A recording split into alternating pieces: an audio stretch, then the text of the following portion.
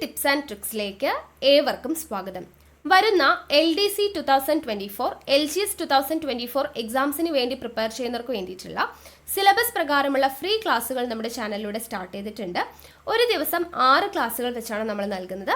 കാലത്ത് 6 മണിക്കൊരു class, 9 മണിക്കൊരു class, 12 മണിക്കൊരു class, 3 മണിക്കൊരു class, രാത്രി 8 മണിക്കൊരു class, 10:30 class. ഇങ്ങനെയാണ് 6 ക്ലാസ്സുകൾ വരുന്നത്. അപ്പോൾ ഈ 6 ക്ലാസ്സുകൾ, ഈ 6 സമയത്ത് ഏതൊക്കെ ക്ലാസ്സുകൾ എങ്ങനെയൊക്കെയാണ് വരുന്നത് എന്നുള്ള കാര്യങ്ങളൊക്കെ ഡീറ്റെയിൽഡ് ആയിട്ട് നിങ്ങൾക്ക് ടെലഗ്രാം വഴിയാണ് നമ്മൾ ഷെയർ ചെയ്ത് തരുന്നത്. നാളെ വരുന്ന ക്ലാസ്സുകളുടെ ഡീറ്റെയിൽസ് ഇന്ന് രാത്രി തന്നെ നമ്മൾ ടെലഗ്രാം വഴി ഷെയർ ചെയ്ത് തരും. അതിനനുസരിച്ചിട്ടാണ് നിങ്ങൾക്ക് ക്ലാസ്സുകൾ പ്രൊവൈഡ് ചെയ്യുക.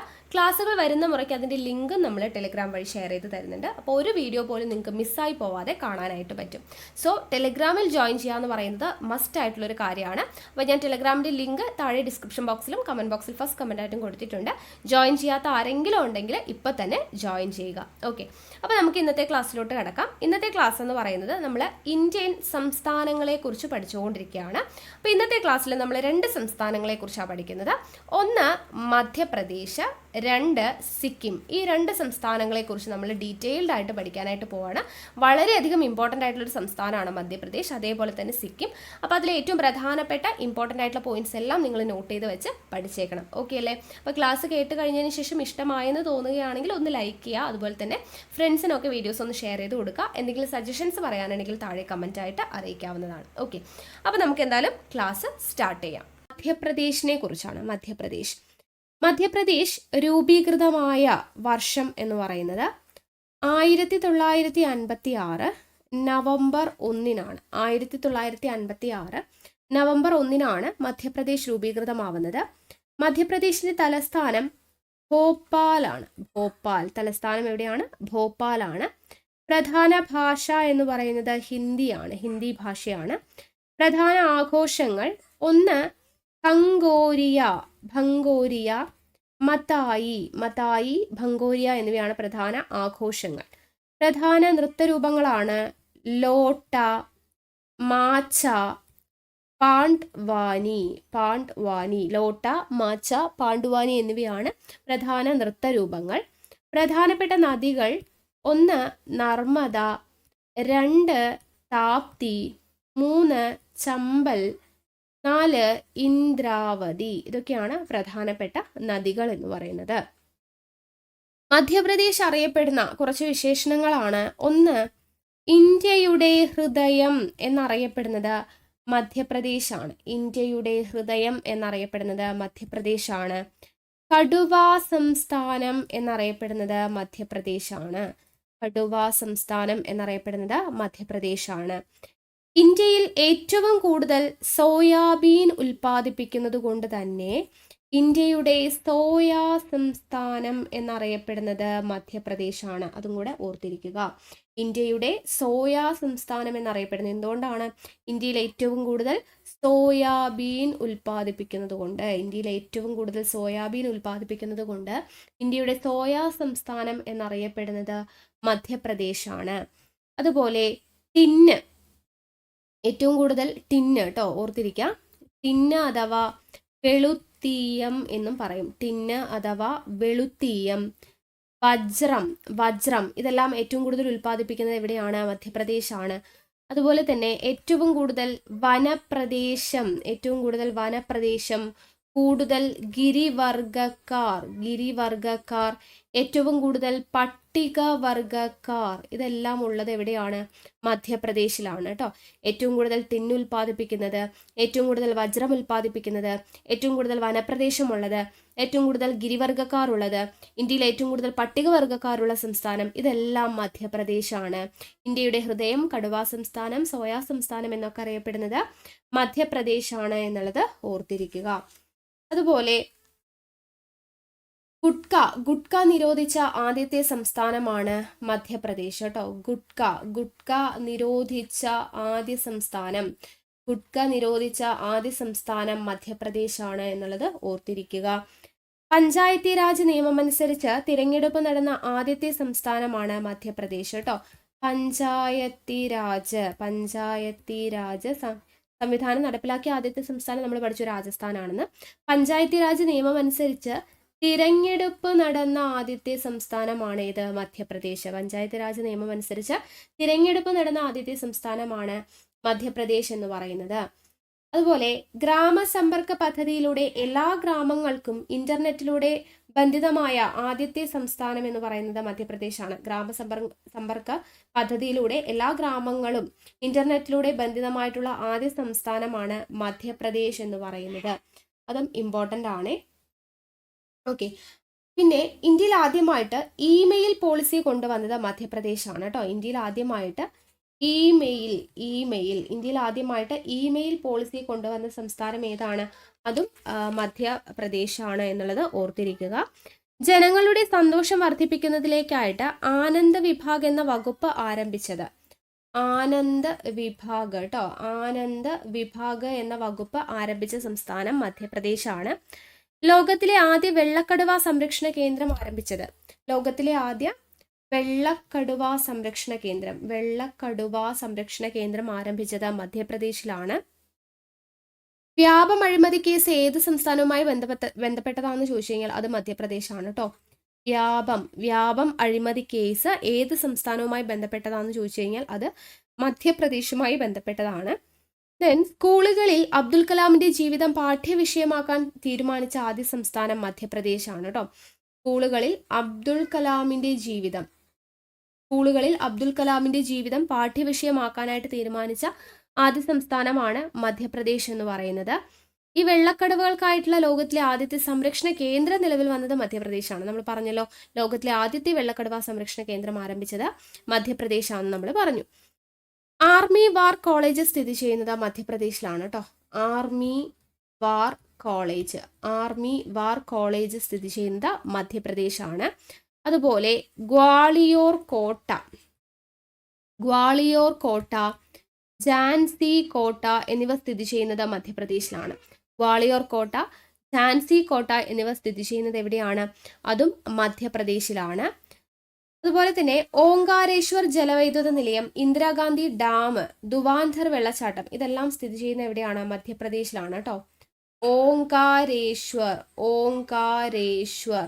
ഓങ്കാരേശ്വർ ജലവൈദ്യുത നിലയം, ഇന്ദിരാഗാന്ധി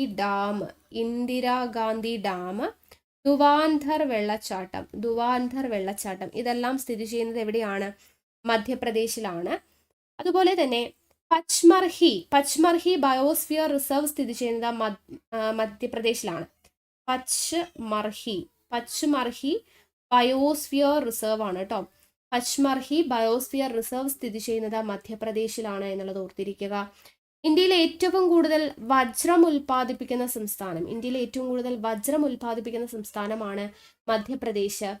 അഫ്ഗാൻ ശില്പകലയ്ക്ക് പ്രസിദ്ധമായ ജാമി മസ്ജിദ് സ്ഥിതി ചെയ്യുന്ന സംസ്ഥാനം. ജാമി മസ്ജിദ് കേട്ടോ. അഫ്ഗാൻ ശില്പകലയ്ക്ക് പ്രസിദ്ധമായിട്ടുള്ള ജാമി മസ്ജിദ് സ്ഥിതി ചെയ്യുന്ന സംസ്ഥാനമാണ് മധ്യപ്രദേശ് എന്ന് പറയുന്നത്. രാജ്ഭോജ് വിമാനത്താവളം, ദേവി അഹല്യാഭായ് ഹോൾക്കർ വിമാനത്താവളം, ദേവി അഹല്യാഭായ് ഹോൾക്കർ വിമാനത്താവളം എന്നിവ സ്ഥിതി ചെയ്യുന്നത് ഇവിടെയാണ്? മധ്യപ്രദേശിലാണ്. അപ്പൊ രാജ്ഭോജ് വിമാനത്താവളം, ദേവി അഹല്യാഭായ് ഹോൾക്കർ വിമാനത്താവളം എന്നിവ സ്ഥിതി ചെയ്യുന്നത് മധ്യപ്രദേശിലാണ്.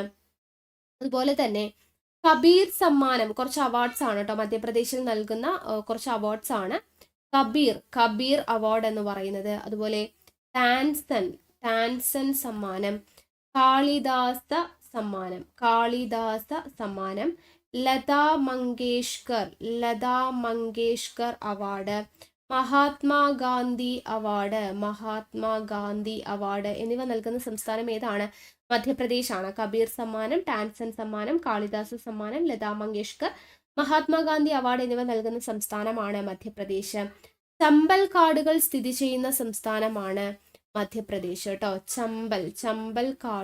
ചമ്പൽ കാടുകൾ സ്ഥിതി ചെയ്യുന്ന സംസ്ഥാനമാണ് ഇത് മധ്യപ്രദേശ് എന്ന് പറയുന്നത്. അതുപോലെ സിൻഗ്രൗളി കൽക്കരി ഖനി സ്ഥിതി ചെയ്യുന്നത് മധ്യപ്രദേശിലാണ്. ചന്ദ്രശേഖർ ആസാദ്, BR അംബേദ്കർ, ഇന്ത്യയുടെ മുൻ രാഷ്ട്രപതിയായ ശങ്കർ ദയാൽ ശർമ്മ എന്നിവരുടെ ജന്മസ്ഥലമാണ് മധ്യപ്രദേശ്. ആരുടെയൊക്കെയാണ്? ചന്ദ്രശേഖർ ആസാദ്, ചന്ദ്രശേഖർ ആസാദ്. ബി.ആർ. അംബേദ്കർ. ഇന്ത്യയുടെ മുൻ രാഷ്ട്രപതിയായിട്ടുള്ള ശങ്കർ ദയാൽ ശർമ്മ എന്നിവരുടെ ജന്മസ്ഥലമാണ് മധ്യപ്രദേശ് എന്ന് പറയുന്നത്. ഏറ്റവും കൂടുതൽ ദേശീയോദ്യാനങ്ങൾ സ്ഥിതി ചെയ്യുന്ന സംസ്ഥാനം ഏത് തന്നെയാണ്? മധ്യപ്രദേശ് തന്നെയാണ് കേട്ടോ. ഏറ്റവും കൂടുതൽ ദേശീയോദ്യാനങ്ങൾ സ്ഥിതി ചെയ്യുന്നത് മധ്യപ്രദേശിലാണ് എന്നുള്ളത് ഓർത്തിരിക്കുക. ഏറ്റവും കൂടുതൽ ദേശീയോദ്യാനങ്ങൾ സ്ഥിതി ചെയ്യുന്ന സംസ്ഥാനം ഏതാണ്? മധ്യപ്രദേശാണ്. അപ്പൊ ഇത്രയും കാര്യങ്ങൾ മധ്യപ്രദേശുമായിട്ട് റിലേറ്റ് ചെയ്ത് കിട്ടിയില്ലേ. ഇനി നമുക്ക് തലസ്ഥാനം, മധ്യപ്രദേശിന്റെ തലസ്ഥാനമാണ് ഭോപ്പാൽ എന്ന് പറഞ്ഞു. അപ്പോൾ ഭോപ്പാലിനെ കുറിച്ച് നമുക്ക് കുറച്ച് പോയിന്റ്സ് നോക്കാം. Indian institute of forest management സ്ഥിതി ചെയ്യുന്നത് എവിടെയാണ്? ഭോപ്പാലിലാണ് കേട്ടോ. Indian institute of forest management, Indian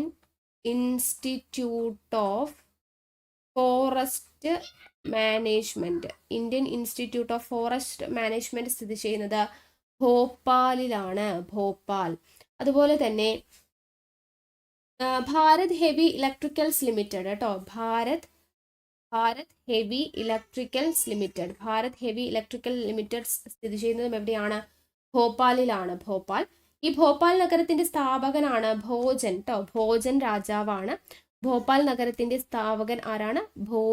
Bhojan രാജാവാണ് ഭോപ്പാൽ നഗരത്തിന്റെ സ്ഥാപകൻ എന്ന് പറയുന്നത്. അപ്പോൾ ഭോപ്പാൽ നഗരത്തെ കുറിച്ച് ഇത്രയും പോയിന്റ്സ് എങ്കിലും അറിഞ്ഞിരിക്കുക. Indian institute of forest management സ്ഥിതി ചെയ്യുന്നത് ഭോപ്പാലിലാണ്. ഭാരത് ഹെവി ഇലക്ട്രിക്കൽസ് ലിമിറ്റഡ് സ്ഥിതി ചെയ്യുന്നത് ഭോപ്പാലിലാണ്. ഭോപ്പാൽ നഗരത്തിന്റെ സ്ഥാപകൻ ആരാണ്? ഭോജൻ. അതുപോലെ നാഷണൽ ജുഡീഷ്യൽ അക്കാഡമി സ്ഥിതി ചെയ്യുന്നത് ഭോപ്പാലിലാണ് കേട്ടോ. നാഷണൽ ജുഡീഷ്യൽ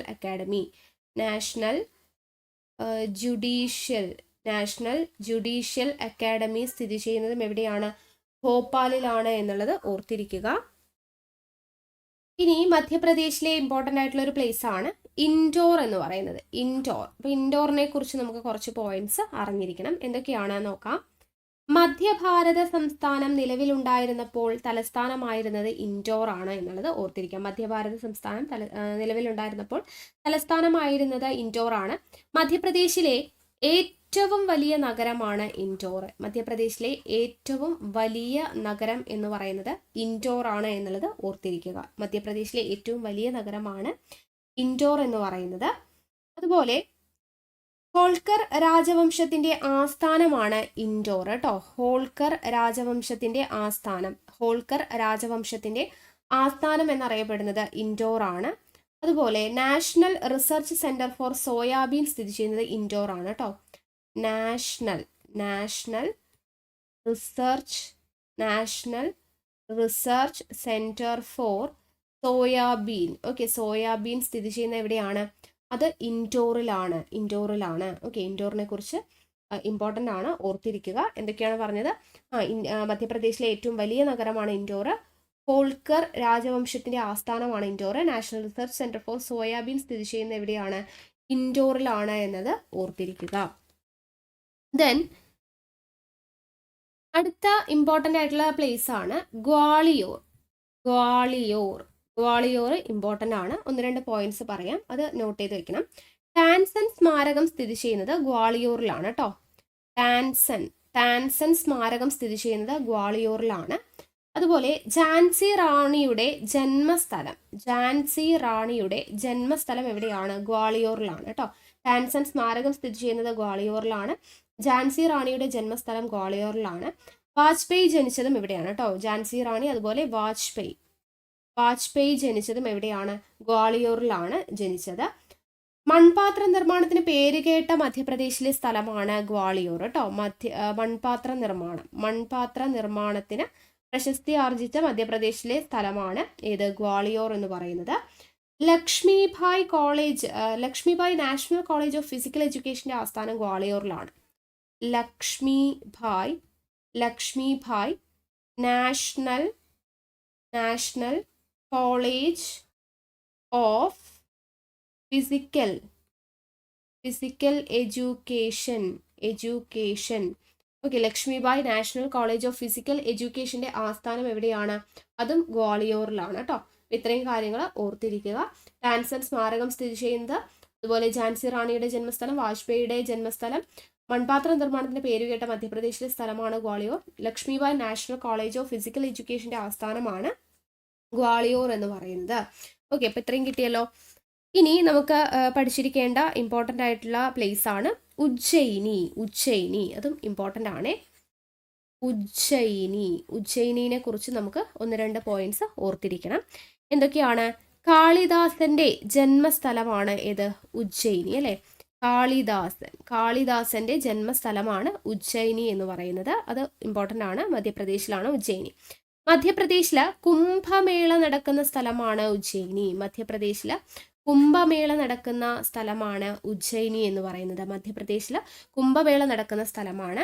ചന്ദ്രഗുപ്തൻ സെക്കൻഡിന്റെ തലസ്ഥാനമായിരുന്നത് ഉജ്ജയിനിയാണ്. ചന്ദ്രഗുപ്തൻ രണ്ടാമന്റെ തലസ്ഥാനമായിരുന്നത് ഉജ്ജയിനിയാണ്. ചന്ദേലന്മാരുടെ തലസ്ഥാനമായിരുന്ന സ്ഥലവും ഏത് തന്നെയാണ്? ഉജ്ജയിനിയാണ് കേട്ടോ. ചന്ദേലന്മാരുടെ തലസ്ഥാനമായിരുന്നതും ഉജ്ജയിനിയാണ്. പ്രാചീന കാലത്ത് മഹാജനപദമായ അവന്തിയുടെ തലസ്ഥാനം ഏതാണ്? ഉജ്ജയിനിയാണ്. അവന്തി പ്രാചീന കാലത്ത് മഹാജനപഥമായിരുന്ന അവന്തിയുടെ തലസ്ഥാനം ഏതാണ്? ഉജ്ജയിനിയാണ്. ഉജ്ജയിനി സ്ഥിതി ചെയ്യുന്നത് ഏത് നദിയുടെ തീരത്താണ് എന്നുള്ളത് ചോദിച്ചിട്ടുണ്ട്. ക്ഷിപ്ര എന്ന് പറയുന്ന നദിയുടെ തീരത്താണ്. ഇമ്പോർട്ടൻ്റ് ആണ് കേട്ടോ. ഉജ്ജയിനി സ്ഥിതി ചെയ്യുന്നത് ക്ഷിപ്ര എന്ന് പറയുന്ന നദിയുടെ തീരത്താണ് എന്നുള്ളത് ഓർത്തിരിക്കുക. ക്ഷിപ്ര നദിയുടെ തീരത്താണ് ഉജ്ജയിനി സ്ഥിതി ചെയ്യുന്നത് എന്നുള്ളത് ഓർത്തിരിക്കുക. ഓക്കെ, ഇനി നമ്മൾ പഠിച്ചിരിക്കേണ്ട ഇമ്പോർട്ടൻ്റ് ആയിട്ടുള്ള പ്ലേസ് ആണ്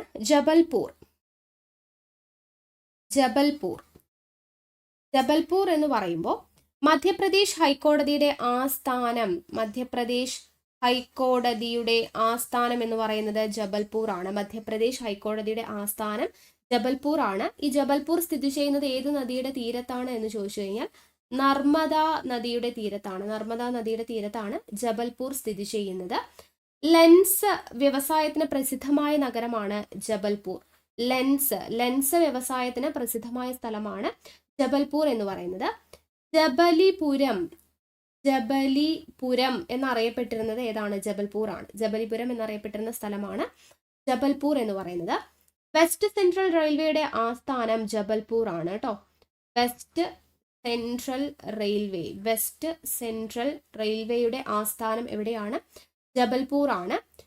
അതുപോലെ കോളേജ് ഓഫ് മെറ്റീരിയൽ മാനേജ്മെന്റിന്റെ ആസ്ഥാനം കോളേജ് ഓഫ് മെറ്റീരിയൽ മാനേജ്മെന്റിന്റെ ആസ്ഥാനം എവിടെയാണ്? ജബൽപൂർ ആണ്. ഓക്കെ, അപ്പൊ ഇത്രയും കാര്യങ്ങൾ ജബൽപൂരിനെ കുറിച്ച് ഓർത്തിരിക്കുക. എന്തൊക്കെയാണ്? മധ്യപ്രദേശ് ഹൈക്കോടതിയുടെ ആസ്ഥാനമാണ്. ജബൽപൂർ സ്ഥിതി ചെയ്യുന്നത് നർമ്മദ നദിയുടെ തീരത്താണ്. ലെൻസ് വ്യവസായത്തിന് പ്രസിദ്ധമായ നഗരമാണ് ജബൽപൂർ. ജബലിപുരം എന്നറിയപ്പെട്ടിരുന്ന നഗരമാണ് ജബൽപൂർ. വെസ്റ്റ് സെൻട്രൽ റെയിൽവേയുടെ ആസ്ഥാനമാണ് ജബൽപൂർ. കോളേജ് ഓഫ് മെറ്റീരിയൽ മാനേജ്മെന്റിന്റെ ആസ്ഥാനം എവിടെയാണ്? ജബൽപൂർ തന്നെയാണ് എന്നുള്ളത് ഓർത്തിരിക്കുക. ഓക്കെ, അപ്പോൾ ഇത്രയും കാര്യങ്ങൾ അവിടെ ഓർത്തിരിക്കുക. ഇനി നമ്മൾ പറഞ്ഞു ഈ ജബൽപൂർ എന്ന് പറയുന്നത് നർമ്മദ നദിയുടെ തീരത്താണെന്ന് പറഞ്ഞല്ലേ. ഓങ്കാരേശ്വർ അണക്കെട്ട് സ്ഥിതി ചെയ്യുന്നതും നർമ്മദ നദിയുടെ തീരത്താണ് കേട്ടോ. ഓങ്കാരേശ്വർ അണക്കെട്ട് സ്ഥിതി ചെയ്യുന്നതും എവിടെയാണ്? നർമ്മദ നദിയുടെ തീരത്താണ് എന്നുള്ളത് ഓർത്തിരിക്കുക. ഈ ഓങ്കാരേശ്വർ അണക്കെട്ടിൽ ജലനിരപ്പ് കുറയ്ക്കാൻ വേണ്ടിയിട്ടുള്ള ജലസത്യാഗ്രഹത്തിന് നേതൃത്വം നൽകിയ സംഘടനയാണ് നർമ്മദ ബച്ചാവോ ആന്തോളൻ. അപ്പൊ നർമ്മദ ബച്ചാവോ ആന്തോളൻ എന്ന് പറയുന്നത് ഏത് അണക്കെട്ടിൽ ജലനിരപ്പ് കുറയ്ക്കാൻ വേണ്ടിയിട്ടുള്ള ജലസത്യാഗ്രഹമാണ്? ഓങ്കാരേശ്വർ അണക്കെട്ടിൽ ജലനിരപ്പ് കുറയ്ക്കാൻ വേണ്ടിയിട്ടുള്ള ജലസത്യാഗ്രഹത്തിന് നേതൃത്വം നൽകിയ സംഘടനയാണ് നർമ്മദ ബച്ചാവോ ആന്തോളൻ എന്ന് പറയുന്നത്. അത് ഇമ്പോർട്ടൻ്റ് ആണ് കേട്ടോ. ഓക്കെ, ഇനി ജബൽപൂർ, ഹോഷങ്കാബാദ്, ഓങ്കാരേശ്വർ, ബർവാനി എന്നീ പട്ടണങ്ങളെല്ലാം സ്ഥിതി ചെയ്യുന്നത് ഏത് നദിയുടെ തീരത്ത് തന്നെയാണ്? നർമ്മദ നദിയുടെ തീരത്ത് തന്നെയാണ് കേട്ടോ. ജബൽപൂർ, ഹോഷങ്കാബാദ്, ഓങ്കാരേശ്വർ, ബൽവാനി തുടങ്ങിയിട്ടുള്ള പട്ടണങ്ങളെല്ലാം സ്ഥിതി ചെയ്യുന്നത് എവിടെയാണ്? നർമ്മദ നദിയുടെ തീരത്താണ്. മധ്യപ്രദേശിലെ അമർഖണ്ഡക് കുന്നുകളിൽ നിന്ന് ഉത്ഭവിക്കുന്ന നദിയാണ് നർമ്മദ. നർമ്മദ ഉത്ഭവിക്കുന്നത് എവിടെ നിന്നാണ്? മധ്യപ്രദേശിലെ അമർഖണ്ഡക് കുന്നുകളിൽ നിന്നാണ് കേട്ടോ. അമർഖണ്ഡക് കുന്നുകളിൽ നിന്നാണ് നർമ്മദ നദി ഉത്ഭവിക്കുന്നത് എന്നുള്ളത് ഓർത്തിരിക്കുക. ഓക്കെ ആണല്ലോ. അപ്പോൾ ഇത്രയും കാര്യങ്ങൾ ഇവിടെ ഇമ്പോർട്ടൻ്റ് ആണ്, ഓർത്തിരിക്കുക. ഓക്കെ, അപ്പം മധ്യപ്രദേശ് എന്ന് പറയുന്ന ഭാഗത്ത് നമുക്ക് മെയിനായിട്ട് ഇമ്പോർട്ടൻ്റ് ആയിട്ട് പഠിച്ചിരിക്കേണ്ടത് ഇത്രയും കാര്യങ്ങളാണ്. ഇനി മധ്യപ്രദേശിലാണ് ഏറ്റവും കൂടുതൽ ദേശീയോദ്യാനങ്ങൾ സ്ഥിതി ചെയ്യുന്നതെന്ന് പറഞ്ഞല്ലേ. അപ്പോൾ മധ്യപ്രദേശിൽ സ്ഥിതി ചെയ്യുന്ന ദേശീയോദ്യാനങ്ങളും കൂടെ നിങ്ങളൊന്ന് പഠിച്ചിരിക്കാം. Kanha national park, Kanha national park, Bandhavgarh കേട്ടോ, ബാണ്ഡവ്ഗഡ്, ബാണ്ഡവ്ഗഡ്. അതുപോലെ Panna national park, Panna national park, Pench national park, Pench national park, Satpura national park, Satpura national park, Ghughua national park, Ghughua national park, Van Vihar national park, Van Vihar national park, Madhav national park, Madhav national park, Mandla plant, Mandla plant fossil national park, Mandla plant fossil national park. ഇതെല്ലാം സ്ഥിതി ചെയ്യുന്ന എവിടെയാണ്? മധ്യപ്രദേശിലാണ്. ഇതിലെ കൻഹ എന്ന് പറയുന്നത് വളരെയധികം important ആണ്. Because Rudyard കിപ്ലിങ്ങിന് ജംഗിൾ ബുക്ക് രചിക്കാൻ പ്രചോദനമായ ദേശീയോദ്യാനമാണ് ഇത്, കൻഹ. അപ്പോൾ ജംഗിൾ ബുക്ക് എന്ന് പറയുന്നതിന് പ്രചോദനമായിട്ടുള്ള റുഡ്യാർഡ് കിപ്ലിങ്ങിന് ജംഗിൾ ബുക്ക് രചിക്കാൻ പ്രചോദനമായ ദേശീയോദ്യാനമാണ്. അപ്പോൾ ഈ പേരുകൾ ഓർത്തിരിക്കുക, റുഡ്യാർഡ് കിപ്ലിംഗ്. ഓക്കെ, റുഡ്യാർഡ് കിപ്ലിങ്ങിന് ജംഗിൾ ബുക്ക് രചിക്കാനായിട്ട് പ്രചോദനമായിട്ടുള്ള നാഷണൽ പാർക്കാണ് ഇത്, കൻഹ നാഷണൽ പാർക്ക് എന്ന് പറയുന്നത്. അതും ഇവിടെ ഇമ്പോർട്ടൻ്റ് ആണ് കേട്ടോ. ഓക്കെ, അപ്പോൾ ഇത്രയും കാര്യങ്ങളാണ് നമുക്ക് മധ്യപ്രദേശിനെ കുറിച്ച് പഠിക്കാനായിട്ടുള്ളത്. നെക്സ്റ്റ് നമ്മൾ പഠിക്കുന്നത് സിക്കിമിനെ കുറിച്ചാണ് കേട്ടോ. സിക്കിം രൂപീകൃതമായ വർഷം 1975 മെയ് 16-നാണ്. 1975 സിക്കിം സംസ്ഥാനം രൂപീകൃതമായത്. തലസ്ഥാനം എവിടെയാണ്? ഗാംഗ്ടോക്ക് ആണ്. ഗാംഗ്ടോക്ക് തലസ്ഥാനം, സിക്കിമിന്റെ തലസ്ഥാനം എവിടെയാണ്? ഗാംഗ്ടോക്ക് ആണ്. പ്രധാനപ്പെട്ട ഭാഷകളാണ് ലെപ്ച,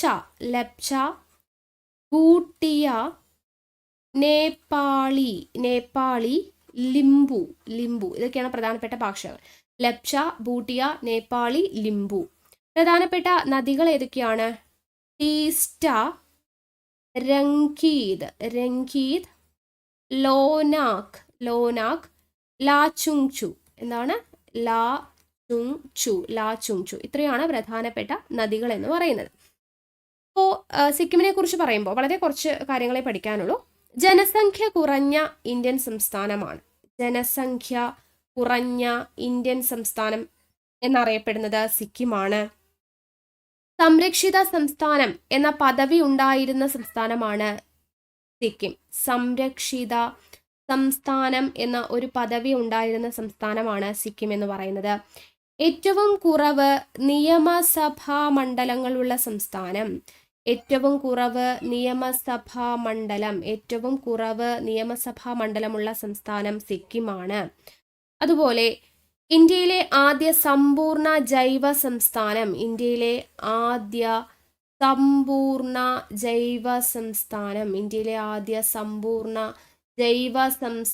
എന്ന് പറയുന്നത് സിക്കിമാണ്.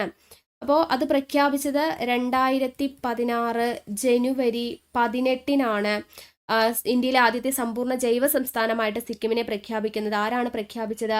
നരേന്ദ്രമോദിയാണ് സിക്കിമിനെ 2016 ജനുവരി 18-ന് ഇന്ത്യയിലെ ആദ്യത്തെ സമ്പൂർണ്ണ ജൈവ സംസ്ഥാനമായിട്ട് പ്രഖ്യാപിക്കുന്നത്. അതുപോലെ ഹരിത പരിശോധനയിലൂടെ ഇന്ത്യയിലേക്ക് കൂട്ടിച്ചേർത്ത സംസ്ഥാനമാണ് സിക്കിം. ഹരിത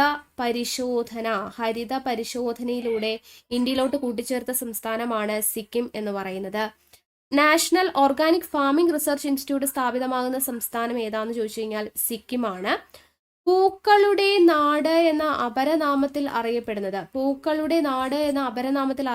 സംസ്ഥാനമാണ് സിക്കിം. ഓക്കെ, പൂക്കളുടെ നാട് എന്ന് പറയുന്ന അപരനാമത്തിൽ അറിയപ്പെടുന്ന സംസ്ഥാനമാണ് സിക്കിം. ഇന്ത്യയിൽ റെയിൽവേ ഗതാഗതം ഇല്ലാത്ത ഏക സംസ്ഥാനം, റെയിൽവേ ഗതാഗതം ഇല്ലാത്ത ഒരേ ഒരു സംസ്ഥാനമാണ് സിക്കിം എന്ന് പറയുന്നത്. ഡെൻസോങ് എന്ന ടിബറ്റൻ ഭാഷയിൽ അറിയപ്പെടുന്ന സംസ്ഥാനമാണ് സിക്കിം. എന്താണ് അറിയപ്പെടുന്നത്? ഡെൻസോങ് എന്നാണ് സിക്കിം ടിബറ്റൻ ഭാഷയിൽ അറിയപ്പെടുന്നത്. ടിബറ്റൻ ഭാഷയിൽ ഡെൻസോങ് എന്നറിയപ്പെടുന്ന സംസ്ഥാനമാണ് സിക്കിം എന്ന് പറയുന്നത്. അതുപോലെ സുഖ്ലാഖജ്, എന്താണ്? സുഖ്ലാഖജ് ഖജ്, സുഖ് ലാ ഖജ് ബുദ്ധമത കേന്ദ്രം സ്ഥിതി ചെയ്യുന്നത് സിക്കിമിലാണ് കേട്ടോ. സുഖ് ലാ ഖജ് എന്ന് പറയുന്ന ബുദ്ധമത കേന്ദ്രം സ്ഥിതി ചെയ്യുന്നത് സിക്കിമിലാണ്. അതുപോലെ സിക്കിമിൽ ലാമകളുടെ സംഗമ സ്ഥലമാണ് യുക്സാം. യുക്സാം എന്നതാണ് സിക്കിമിലെ ലാമകളുടെ സംഗമ സ്ഥലം. സിക്കിമിലെ ആദിവാസി വിഭാഗക്കാർ എന്ന് പറയുന്നത് ഒന്ന് ലപ്ചകൾ, ഗോർഖാലീസ് എന്നിവരാണ് സിക്കിമിലെ ആദിവാസി വിഭാഗങ്ങൾ, ലപ്ചകളും ഗോർഖാലീസും. സിക്കിമിന്റെ ജീവരേഖ എന്നറിയപ്പെടുന്ന നദിയാണ് ടീസ്റ്റയാണ് സിക്കിമിന്റെ ജീവരേഖ എന്നറിയപ്പെടുന്ന നദി. സിക്കിമിന്റെ ജീവരേഖ എന്നറിയപ്പെടുന്ന നദിയാണ് ടീസ്റ്റ. ഇന്ത്യയിൽ ഏറ്റവും വേഗത്തിൽ ഒഴുകുന്ന നദി എന്നറിയപ്പെടുന്നതും ഏതാണ്? ടീസ്റ്റ തന്നെയാണ്. ദെൻ ബാബ ഹർഭജൻ സിംഗ് എന്ന സൈനികന്റെ പേരിലുള്ള ക്ഷേത്രം സ്ഥിതി ചെയ്യുന്നത് സിക്കിമിലാണ്. ബാബ ഹർഭജൻ സിംഗ് എന്ന സൈനികന്റെ പേരിലുള്ള ക്ഷേത്രം സ്ഥിതി ചെയ്യുന്നത് സിക്കിമിലാണ്. ഹീറോ ഓഫ് നാഥുല എന്നറിയപ്പെടുന്ന വ്യക്തിയാണ് മേജർ ബാബ ഹർഭജൻ സിംഗ് എന്ന് പറയുന്നത് കേട്ടോ. ഹീറോ ഓഫ് നാഥുല എന്നറിയപ്പെടുന്നതാണ് കേട്ടോ, ഹീറോ ഓഫ് നാഥുല. അപ്പൊ സിക്കിമിലെ പ്രധാനപ്പെട്ട ചുരങ്ങൾ അവിടെ നിന്ന് നമുക്ക് കിട്ടിയ ഏതൊക്കെയാണ്? നാഥുല ചുരം 1. ഓക്കെ, ഹീറോ ഓഫ് നാഥുല എന്നറിയപ്പെടുന്നതാണ് ബാബ ഹർഭജൻ സിംഗ് എന്ന് പറഞ്ഞു. നാഥുല ചുരം സ്ഥിതി ചെയ്യുന്ന സിക്കിമിലാണ്. ജലപ്ല ചുരം ഓക്കെ, ജലപ്ല ചുരം സ്ഥിതി ചെയ്യുന്നതും നാഥുല ചുരം സ്ഥിതി ചെയ്യുന്നതും എവിടെയാണ്? സിക്കിമിലാണെന്നുള്ളത് ഓർത്തിരിക്കുക. പൂർണ്ണമായും ഇന്ത്യയിൽ സ്ഥിതി ചെയ്യുന്ന ഏറ്റവും വലിയ കൊടുമുടിയാണ് കാഞ്ചൻജംഗ എന്ന് നമ്മൾ പറഞ്ഞു അല്ലെ. കാഞ്ചൻജംഗ അത് സ്ഥിതി ചെയ്യുന്നത് എവിടെയാണ്? സിക്കിമിലാണ്. പൂർണ്ണമായും ഇന്ത്യയിൽ സ്ഥിതി ചെയ്യുന്ന ഏറ്റവും വലിയ കൊടുമുടിയായിട്ടുള്ള കാഞ്ചൻജംഗ സ്ഥിതി ചെയ്യുന്നത് സിക്കിമിലാണ്. ഓക്കെ, ഇന്ത്യയിൽ ആദ്യമായിട്ട് ഓൺലൈൻ ലോട്ടറി ആരംഭിച്ച സംസ്ഥാനമാണ് സിക്കിം. ഇന്ത്യയിൽ ആദ്യമായിട്ട് ഓൺലൈൻ ലോട്ടറി ആരംഭിച്ച സംസ്ഥാനമാണ് സിക്കിം. ഇന്ത്യയിൽ ആദ്യമായിട്ട് ലോട്ടറി ആരംഭിച്ചത് എവിടെയാണെന്ന് ചോദിച്ചു കഴിഞ്ഞാൽ അത് നമ്മുടെ കേരളത്തിലാണ് കേട്ടോ. ഇന്ത്യയിൽ ആദ്യമായിട്ട് ലോട്ടറി ആരംഭിച്ചത് ചോദിച്ചു കഴിഞ്ഞാൽ അത് കേരളമാണ്. ഓൺലൈൻ ലോട്ടറി എന്ന് ചോദിച്ചു കഴിഞ്ഞാൽ അത് ഏതാണ്? അത് സിക്കിമിലാണ്. ഓൺലൈൻ ലോട്ടറി ചോദിച്ചു കഴിഞ്ഞാൽ അത് സിക്കിമിലാണ്. അതുപോലെ ഇന്ത്യയിലെ ആദ്യ 100% ശുചിത്വ സംസ്ഥാനം, ഇന്ത്യയിലെ ആദ്യത്തെ 100% ശുചിത്വ സംസ്ഥാനം എന്ന് പറയുന്നത്, ഇന്ത്യയിലെ ആദ്യത്തെ 100% ശുചിത്വ സംസ്ഥാനം എന്ന് പറയുന്നത് സിക്കിമാണ്. ഇന്ത്യയിലെ ആദ്യ നിർമ്മൽ സ്റ്റേറ്റ് ആയിട്ട് തിരഞ്ഞെടുക്കപ്പെട്ടത്, ഇന്ത്യയിലെ ആദ്യത്തെ നിർമ്മൽ സ്റ്റേറ്റ് ആയിട്ട് തിരഞ്ഞെടുക്കപ്പെട്ട സംസ്ഥാനം ഏതാണ്? അത് സിക്കിമാണ്. അതുപോലെ സ്വച്ഛ് ഭാരത് മിഷന്റെ ഭാഗമായി കേന്ദ്ര ടൂറിസം മന്ത്രാലയം തിരഞ്ഞെടുത്ത ഇന്ത്യയിലെ ഏറ്റവും മികച്ച ശുചിത്വ വിനോദസഞ്ചാര കേന്ദ്രം ഗാംഗ്ടോക്ക് ആണ്. അതും എവിടെയാണ്? സിക്കിമിലാണ്. ഗാംഗ്ടോക്ക് കേട്ടോ, ഗാംഗ്ടോക്ക്. സ്വച്ഛ് ഭാരത് മിഷന്റെ ഭാഗമായിട്ട് കേന്ദ്ര ടൂറിസം മന്ത്രാലയം തിരഞ്ഞെടുത്ത ഇന്ത്യയിലെ ഏറ്റവും മികച്ച ശുചിത്വ വിനോദസഞ്ചാര കേന്ദ്രമാണ് ഗാംഗ്ടോക്ക്. സ്ഥിതി ചെയ്യുന്നത് എവിടെയാണ്? സിക്കിമിലാണ്. ഇനി സർക്കാർ പരിപാടികളിൽ മിനറൽ വാട്ടർ ബോട്ടിലുകൾ നിരോധിച്ച ഇന്ത്യൻ സംസ്ഥാനമാണ് കേട്ടോ. സർക്കാർ പരിപാടികളിൽ മിനറൽ വാട്ടർ ബോട്ടിൽ ഉണ്ടല്ലോ, മിനറൽ വാട്ടർ ബോട്ടിൽ അത് നിരോധിച്ച സംസ്ഥാനമാണ് കേട്ടോ. സർക്കാർ പരിപാടികളിൽ മിനറൽ വാട്ടർ ബോട്ടിലുകൾ നിരോധിച്ച ഇന്ത്യൻ സംസ്ഥാനമാണ് ഇത് സിക്കിം എന്ന് പറയുന്നത്. ഓപ്പൺ ഗവൺമെന്റ് ഡാറ്റ പോർട്ടൽ നിലവിൽ വന്ന ആദ്യ സംസ്ഥാനമാണ് Sikkim. Open government data portal നിലവിൽ വന്ന ആദ്യ സംസ്ഥാനമാണ് സിക്കിം. ബൻഖിം ഉദ്യാനം സ്ഥിതി ചെയ്യുന്നത് സിക്കിമിലാണ് കേട്ടോ. ബൻഖിം ഉദ്യാനം സ്ഥിതി ചെയ്യുന്നത് എവിടെയാണ്? സിക്കിമിലാണ് സ്ഥിതി ചെയ്യുന്നത്. ബൻഖിം ഉദ്യാനം സ്ഥിതി ചെയ്യുന്ന സംസ്ഥാനം സിക്കിമാണ്. ചുവർ ചിത്രങ്ങൾക്ക് പ്രസിദ്ധമായ സിക്കിമിലെ ബുദ്ധമത ആരാധന കേന്ദ്രമാണ് സുഖ് ലാ ഗാൻഡ് കേട്ടോ. സുഖ് ലാ ഗാൻഡ് ആണ് ചുവർ ചിത്രങ്ങൾക്ക് പ്രസിദ്ധമായിട്ടുള്ള സിക്കിമിലെ ബുദ്ധമത ആരാധനാലയം. ദെൻ ചൂട് നീരുറവ കാണപ്പെടുന്ന സിക്കിമിലെ സ്ഥലമാണ് യുംതാങ് ആണ് ചൂട് നീരുറവ കാണപ്പെടുന്ന സിക്കിമിലെ സ്ഥലം എന്ന് പറയുന്നത്. ഇന്ത്യയിലെ ഏറ്റവും ഉയരത്തിലുള്ള ATM സ്ഥിതി ചെയ്യുന്നത് എവിടെയാണ്? സിക്കിമിലെ തെഗു എന്ന് പറയുന്ന സ്ഥലത്താണ് കേട്ടോ. ഇന്ത്യയിൽ ഏറ്റവും ഉയരത്തിലുള്ള ATM സ്ഥിതി ചെയ്യുന്നത് സിക്കിമിലെ തെഗു ആണ്. ഓക്കെ, ലോകത്തിൽ അത് ഏത് ബാങ്കിൻ്റെയാണ്? ആക്സിസ് ബാങ്ക് കേട്ടോ. തെഗു എന്ന് പറയുന്നത് ആക്സിസ് ബാങ്കിൻ്റെ ATM ആണ് പറയുന്നത്. ആക്സിസ് ബാങ്കിൻ്റെ പഴയ പേരെന്തായിരുന്നു? UTI ബാങ്ക് ആയിരുന്നു കേട്ടോ. Union trust of India. Union trust of India എന്നായിരുന്നു ആദ്യകാല പേര്. ഇപ്പോഴത്തെ പേര് ആക്സിസ് ബാങ്ക് ആണ്. അതിൻ്റെ ATM ആണ് തെഗുവിലുണ്ടായിരുന്നത്. സിക്കിമിലെ തെഗുവിലാണ് ഇന്ത്യയിലെ ഏറ്റവും ഉയരത്തിലുള്ള ATM സ്ഥിതി ചെയ്യുന്നത്. ഇനി ലോകത്തിലെ ഏറ്റവും ഉയരത്തിലുള്ള ATM സ്ഥിതി ചെയ്യുന്നത് എവിടെയാണെന്ന് ചോദിച്ചു കഴിഞ്ഞാൽ അത് പാകിസ്ഥാനിലാണ് കേട്ടോ. പാകിസ്ഥാനിലെ ഖുൻജരാബ് ചുരത്തിലാണ്. ഓക്കെ, ഖുൻജരാബ് ചുരം, പാകിസ്ഥാനിലെ ഖുൻജരാബ് ചുരത്തിലാണ്. ഇത് ലോകത്തിലെയാണ്. സിക്കിമിലുള്ളത് ഇന്ത്യയിലെയാണ് കേട്ടോ. ഇത് ഇന്ത്യയിലെ ഏറ്റവും ഉയരത്തിലുള്ള ATM തെഗു ആണ് സിക്കിമില്. ലോകത്തിലെ ഏറ്റവും ഉയരത്തിലുള്ള ATM സ്ഥിതി ചെയ്യുന്നത് ഖുൻജറാബ് ചുരമാണ്, പാകിസ്ഥാനിലാണ്. അത് നാഷണൽ ബാങ്ക് ഓഫ് പാകിസ്ഥാന്റെ ATM ആണ് കേട്ടോ. നാഷണൽ ബാങ്ക് ഓഫ് പാകിസ്ഥാനിലാണ്. ഓക്കെ, അപ്പോൾ ഇത്രയും കാര്യങ്ങളാണ് നമുക്ക് സിക്കിമിനെ കുറിച്ച് പഠിക്കാനായിട്ടുള്ളത്. ഓക്കെ ആണല്ലോ. അപ്പോൾ ഇത്രയും ആയിക്കഴിഞ്ഞാൽ നമ്മുടെ 6 സ്റ്റേറ്റ് നമ്മൾ കംപ്ലീറ്റ് ആയിട്ടുണ്ട്. അപ്പോൾ നമുക്ക് ഇനി കേരളത്തെക്കുറിച്ച് മാത്രമാണ് പഠിക്കാനുള്ളത്. അപ്പോൾ ഞാൻ കേരളത്തെക്കുറിച്ച് ഞാൻ ഇവിടെ എടുക്കുന്നില്ല, കാരണം നമുക്ക് കേരള ജോഗ്രഫി എന്ന് പറഞ്ഞിട്ട് ഭാഗം പഠിക്കുമ്പോൾ അവിടെ നമുക്ക് കേരളത്തെക്കുറിച്ച് ഡീറ്റെയിൽഡ് ആയിട്ട് തന്നെ പഠിക്കാനായിട്ടുണ്ട്. അപ്പോൾ നമുക്ക് കേരളത്തെക്കുറിച്ച് അവിടെ പഠിക്കാം. അപ്പോൾ ഈ 6 സംസ്ഥാനങ്ങൾ നിങ്ങൾക്ക് മനസ്സിലായല്ലോ. അപ്പോൾ ഇമ്പോർട്ടൻ്റ് ആയിട്ടുള്ള എല്ലാ പോയിന്റ്സും പറഞ്ഞിട്ടുണ്ട്. നോട്ട്സ് തയ്യാറാക്കിയിട്ട് തന്നെ പഠിക്കുക. ഓക്കെ, അപ്പോൾ ഇത്രയാണ് നമ്മുടെ ഇന്നത്തെ ഈ ക്ലാസ് എന്ന് പറയുന്നത്. ഇത് സ്റ്റേറ്റിൻ്റെ ക്ലാസ് ആണ്. ഇനി അടുത്തത് നമുക്ക് ഇംഗ്ലീഷിൽ പ്രിപ്പോസിഷൻസ്, അത് ഞാൻ എടുത്തു തരുന്നുണ്ട്. പിന്നെ SCERTയിൽ ഒരു ചാപ്റ്റർ ആണ് ഉള്ളത്. അപ്പോൾ അത് നമ്മൾ PDF ടെലിഗ്രാമിൽ ഷെയർ ചെയ്ത് തരും. അപ്പോൾ അതിലെ PDF ഒന്ന് വായിച്ച് നോക്കുക. പറ്റുവാണെങ്കിൽ ഞാൻ ക്ലാസ് എടുത്തു തരാനായിട്ട് നോക്കാം കേട്ടോ. ഓക്കെ, അപ്പോൾ എന്തായാലും നമുക്ക് അടുത്ത ക്ലാസ്സിൽ വീണ്ടും കാണാം. താങ്ക്